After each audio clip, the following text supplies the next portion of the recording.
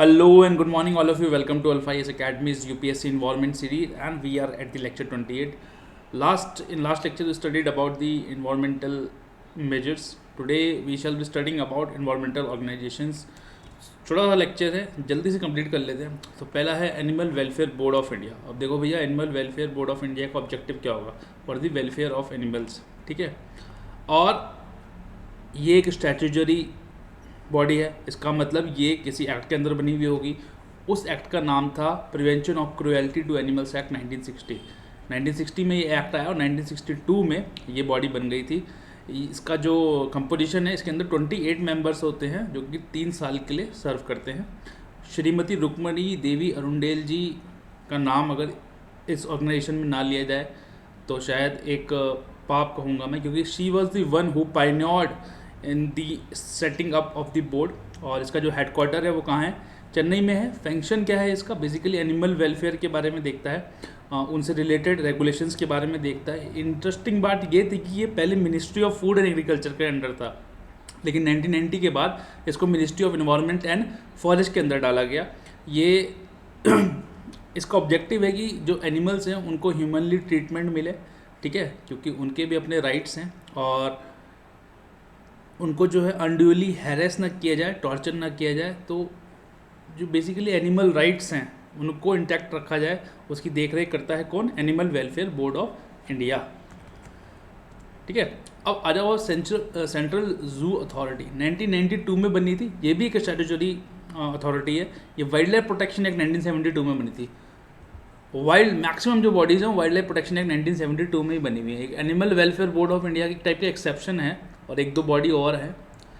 कुछ बॉडीज़ जो है इन्वायरमेंट प्रोटेक्शन एक्ट के अंदर बनी हुई है 1986. कुछ बॉडीज़ जो animal welfare board of India है ये अकेली बॉडी है जो prevention to cruelty of animals act 1960 के अंदर बनी हुई है. ठीक है, तो कौन सी मिनिस्ट्री के अंदर है ये central zoo authority? Ministry of environment, forest and climate change. इसको इन्वायरमेंट मिनिस्टर हेड करते हैं. इसमें 10 मेंबर्स होते हैं और एक इसका सेक्रेटरी होता है. बेसिकली इसका ऑब्जेक्टिव क्या है? To complement and strengthen the national effort in conservation of rich biodiversity. तो जितने भी जूज आप देखते हैं, जूज जाते हैं ना, उनकी जो देख रेख है, उनकी जो रेगुलेशंस हैं कि आप कैसे ट्रांसफ़र करेंगे एक एनिमल को दूसरे एनिमल्स तक, और सॉरी एक जू से दूसरे एक एनिमल को एक जू से दूसरे जू पे कैसे ट्रांसफ़र करेंगे, वो सब जो गाइडलाइंस है वो सेंट्रल जू अथॉरिटी ही बनाता है. जो सारे जूज़ हैं इंडिया के वो बेसिकली सेंटर जू अथॉरिटी के एम्बैट के अंदर आते हैं कि जू के पर्सनल कैसे होंगे, कैसे उनको ट्रीटमेंट होगा, कौन से जानवर रख सकते हैं, कौन से नहीं रख सकते, क्या उनके ब्रीडिंग प्रोग्राम होंगे, कैसे उसको कंजर्व करेंगे. तो बेसिकली ये XC2 जो बोलते हैं ना, outside the natural habitat research जो है उसको भी ये एक टाइप से प्रमोट करता है. Now national biodiversity authority. अब हुआ क्या भैया कि एक बायोडाइवर्सिटी एक्ट हमने 2002 में बना दिया. उसके अंदर हमने बेसिकली 3 अथॉरिटी बनाई थी. 3 अथॉरिटी बनाते हैं. तो सबसे पहले तो हमने एक नेशनल बायोडाइवर्सिटी अथॉरिटी बनाई. ठीक है, 2003 में. ये भी एक, क्योंकि ये एक्ट के अंदर है तो स्टैट्यूटरी बॉडी, ऑटोनॉमस बॉडी है. और ये बेसिकली ये जो एक्ट है बायोडाइवर्सिटी एक्ट 2002, इसका जितना भी इम्प्लीमेंटेशन है ये देखती है. इसका हेडक्वार्टर भी चेन्नई में है. ठीक है, और इसका जो स्ट्रक्चर है, एक चेयरपर्सन होता है, इसमें 3 एक्स ऑफिशियो मेंबर होते हैं. ये जो 3 एक्स ऑफिशियो मेंबर होते हैं इनमें से एक जो है tribal ministry of tribal affairs से आता है और 2 ministry of environment and forest से आते हैं. और 7 और एक्स ऑफिशियो मेंबर होते हैं जो कि डिफरेंट मिनिस्ट्री से आते हैं सेंट्रल गवर्नमेंट की. 5 नॉन ऑफिशियल मेंबर होते हैं जो कि स्पेशलाइज्ड नॉलेज या एक्सपीरियंस रखते हैं इन्वायरमेंट से रिलेटेड मैटर्स में. ठीक है, फंक्शंस क्या है एनबीए का? एक तो बेसिकली 2002 का जो बायोडाइवर्सिटी एक्ट है उसमें जो IPR के इशूज़ हैं कि intellectual property rights of indigenous people, उनको इंटरेक्ट रखा जाए. Equitable sharing and benefit sharing arising out of the resources. जो भी रिसोर्सेज यूज़ हुए हैं, जो इंडिजिनियस नॉलेज है वो देश से बाहर ना जा पाए, और जिससे भी ये ट्रेडिशनल नॉलेज दी गई है उसको ड्यूली कंपनसेशन मिले. तो बेसिकली और बायोडाइवर्सिटी को कैसे सेव कर सकते हैं, तो इसका बहुत बड़ा एम्बिट है. तो ये तो इसका फंक्शन है. स्टेट गवर्नमेंट को एडवाइस करता है ये. ठीक है, कि भैया आप एक्चुअली स्टेट के पास पावर होती है कि कुछ जो कि साइट्स जो हैं, कुछ जो बायोडाइवर्सिटी इंपॉर्टेंस की है उसको हेरिटेज साइट घोषित कर सकते हैं. ठीक है, तो ये स्टेट को उस पर भी एडवाइस करता है. देन एक बॉडी हमने बनाई, सेकंड बॉडी हमने बनाई थी उसमें स्टेट बायोडाइवर्सिटी बोर्ड.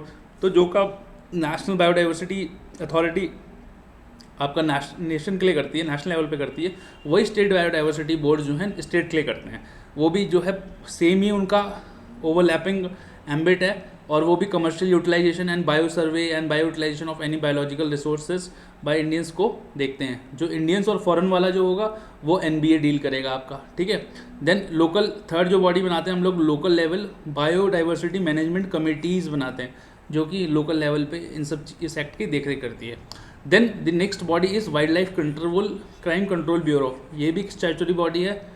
मैं आपको 10 सेकंड देता हूँ, मुझे कमेंट बॉक्स में या पॉज कर लो, पॉज करके बताओ कमेंट बॉक्स में कि ये कौन से एक्ट के अंदर है, ठीक है। ये है आपका 2000 वाइल्ड लाइफ प्रोटेक्शन एक्ट 1972 में जो 2006 का अमेंडमेंट है, उस एक्ट में वाइल्ड लाइफ प्रोटेक्शन एक्ट में 2006 का अमेंडमेंट है, उस 2006 के अमेंडमेंट से ये बॉडी बनाई गई थी, ठीक है। ये भी मिनिस्ट्री ऑफ इन्वायरमेंट के अंदर है। इसका जो हेडक्वार्टर है वो नई दिल्ली में है। और बेसिकली जो जितना भी क्राइम रिलेटेड वर्क है वाइल्ड लाइफ से, भाई आपने हाथी के टस काट दिए, उसका हो रहा है, शेल्स हो रहे हैं, पॉर्क्यूपाइन, छोटे छोटे एनिमल्स का इधर उधर इलीगल ट्रेड हो रहा है, तो उसको देख रेख कौन करता है, और जो इंटरनेशनल कोलैबोरेशन करने, इंटरनेशनल ऑर्गेनाइजेशन से बात करनी है, वो सब कौन करता है, wild life crime control bureau. तो इसका एस्टैब्लिशमेंट हुआ था 2006 वाले एक्ट से, ठीक है। अब नेक्स्ट बॉडी है आपकी नेशनल लेक कंजर्वेशन प्लान।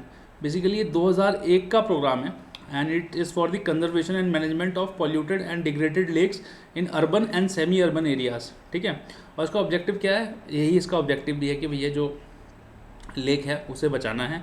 और वो कैसे बचाते हैं भाई, उस एक टाइप का इन सिटू मेजर करेंगे। भाई लेक तो कहीं यहाँ उठा के ले जा नहीं सकते, तो डीसिल्टिंग होनी चाहिए, सिल्ट ज़्यादा ना जमा हो जाए, डीवीडिंग होनी चाहिए, ज़्यादा घास जमा ना हो जाए, बायो रेमेडिएशन, एरिएशन, जो टॉक्सिक सब्सटेंसेज है उसे निकालना, न्यूट्रिएंट रिडक्शन करना, क्योंकि अगर ज़्यादा न्यूट्रिएंट हो जाएगा वाटर बॉडी में तो एल्गल ब्लूम हो जाएगा, ठीक है। देन टेक्नोलॉजीज, इको टेक्नोलॉजीज का इस्तेमाल करना। तो ये सब किस प्रोग्राम के अंदर होता है या प्लान के अंदर होता है, नेशनल लेक कंजर्वेशन प्लान के अंदर।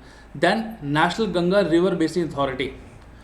अब ये थोड़ा ध्यान से समझना, ये जो NGRB है ये अब नहीं है, 2016 तक ये अथॉरिटी एग्जिस्ट करती थी, बट अब एक नई 2016 के बाद एक नई अथॉरिटी बनाई गई है, उसको बोलते हैं नेशनल गंगा काउंसिल, और उसकी फुल फॉर्म है national council for rejuvenation protection and management of river Ganga. 2016 में बनी थी।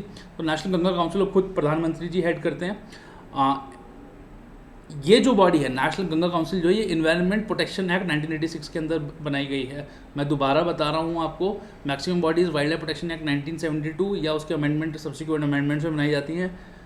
आपका animal welfare board of India, आपका प्रिवेंशन ऑफ क्रूएल्टी एक्ट 1960 के अंदर बनाया गया था, और नेशनल गंगा काउंसिल जो है वो आपका इन्वायरमेंट प्रोटेक्शन एक्ट 1986 के अंदर बनाया गया है, ठीक है। इसका काम क्या है, बेसिकली ये सिर्फ गंगा रिवर को नहीं, उसकी ट्रिब्यूटरीज का भी ध्यान रखता है, और उसमें पॉल्यूशन ना हो और उसको साफ़ सफाई रहे, उसके लिए बनाया गंगा टास्क फोर्स भी है एक उसके लिए। Then national mission for clean Ganga, इसका इम्प्लीमेंटेशन आर्म है, और इसका स्ट्रक्चर कैसा है, एक इसमें गवर्निंग काउंसिल है, एक इसमें एग्जीक्यूटिव कमेटी है।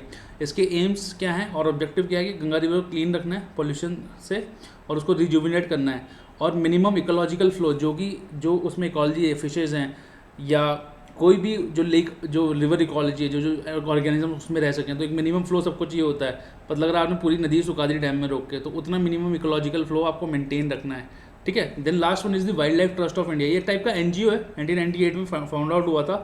इसका एम जो है to conserve nature, specially endangered species and threatened habitats in partnership with communities and governments, ठीक है। बेसिकली ये सबके साथ मिल बांट के बहुत सारे एरियाज़ में different wild life trade, illegal trade, conservation सब में काम करता है wild life trust of India. But ये याद रखना ये एक NGO है।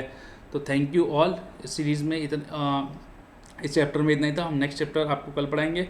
Till then thank you very much, keep watching, keep smiling, keep healthy, and we shall see you soon. Bye bye.